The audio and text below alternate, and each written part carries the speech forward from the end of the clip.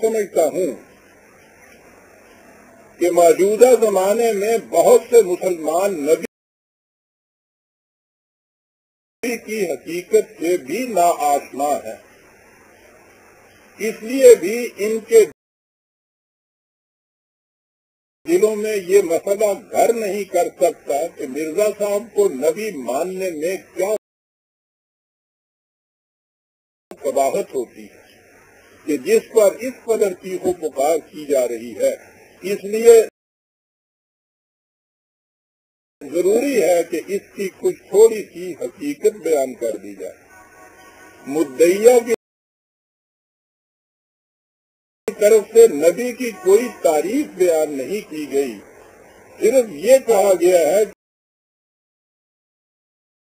کہ نبوت ایک عہدہ ہے، اللہ تعالیٰ کی طرف سے اس کے برگزیدہ بندوں کو عطا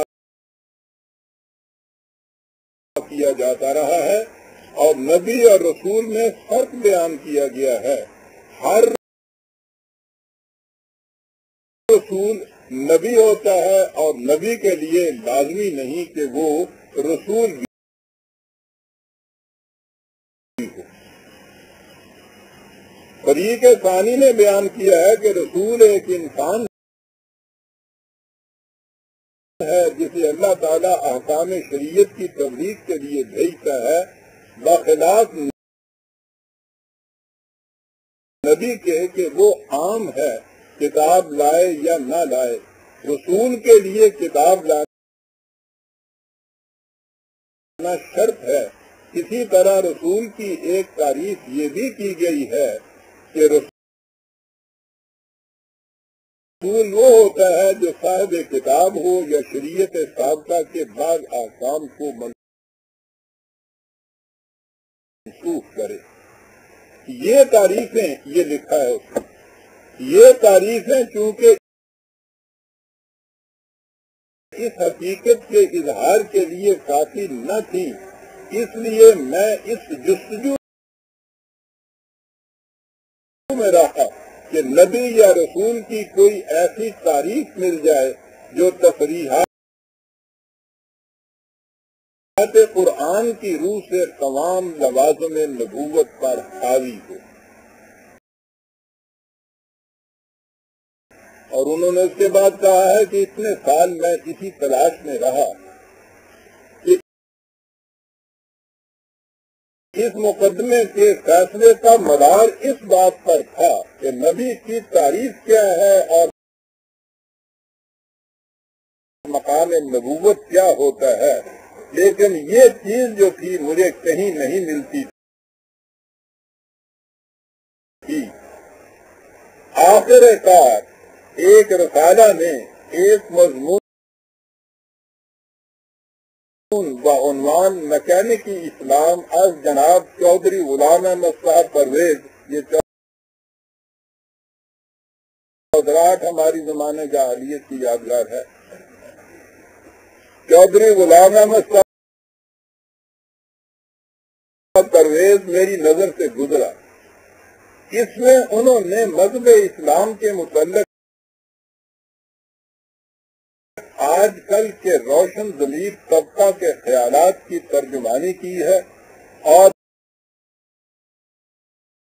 پھر خود ہی اس کے حقائق بیان کیے ہیں۔ اس سلسلے میں نبوت کی جو حقیقت انہوں نے بیان کی ہے، میری رائے میں اس سے بہتر اور کوئی بیان نہیں کی جا سکتی، اور میرے خیال میں فریقین میں سے کسی کو اس پر انکار بھی نہیں ہو سکتا، اس لیے میں ان کے الفاظ میں ہی اس حقیقت کو بیان کرتے ہیں۔ اس کے بعد انہوں نے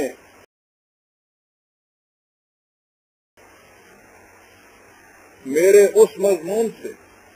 کہ جو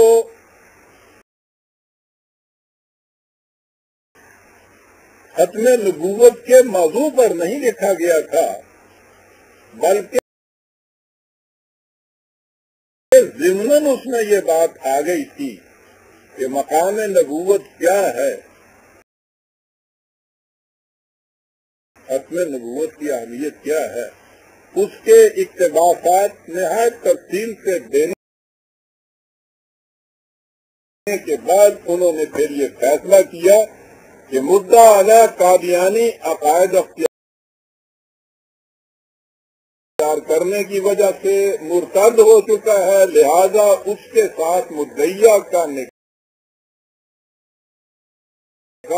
تاریخ ارتداد مدعا علیہ سے فسخ ہو چکا ہے۔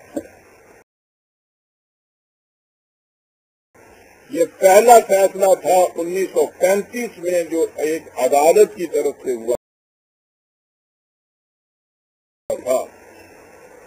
جہاں تک میرے علم میں ہے، اس فیصلے کے خلاف احمدیوں نے کہیں اپیل نہیں کی تھی۔ عدالت کا فیصلہ قانون کی حیثیت اختیار کر دیتا ہے، اور یہ چیز اسی زمانے میں ہم نے کہی تھی، میں نے بھی کہی تھی کہ کرنے کا کام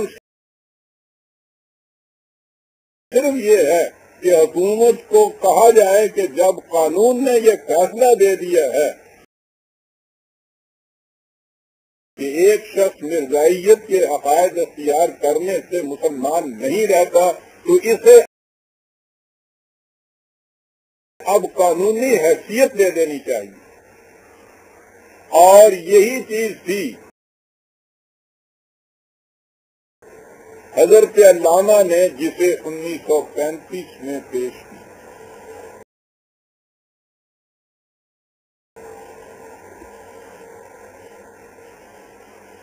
میں پھر دوہرا دوں کہ جہاں تک علوم شریعت کا تعلق ہے، جن علماء کرام کے نام میں نے ابھی دیے ہیں، اور میں نے عرض کیا ہے کہ ان کے علم و تقویٰ کی بنا پر میری نگاہیں اب بھی جھک جاتی ہیں، جہاں تک علوم شریعت کا تعلق ہے، مجھے ان سے کچھ ذرے کی بھی نسبت نہیں تھی۔ وہ بڑے متبحر عالم تھے۔ پھر یہ کیا بات تھی کہ اس جج کو 9 سال تک وہ بات نہ مل سکی کہ ضمن جو اس بندہ ناچیز کے ایک مضمون سے اس کو ہاتھ آ گئی۔ کیا خصوصیت تھی؟ وہ خصوصیت اتنی تھی کہ میں نے نبوت کے متعلق قرآن خالص سے بات کی ہوئی تھی اس کے اندر، اور یہی حضرت علامہ اقبال کا بھی مسلک تھا۔ وہ اپنے سب سے پہلی کتاب اسرار و رموز کے آخر میں ایک انہوں نے دعا پیش کی ہے بحضور سرور کائنات صلی اللہ علیہ وسلم، اور اس دعا میں وہ یہ کہتے ہیں کہ گر دلم آئینہ بے جوہرت اور ور بحرفم غیر قرآن ازمرس، اگر میرے کلام میں ایک لفظ بھی قرآن کے خلاف ہے تو پردہ ناموس فکرم چاک کن، یہ خیابات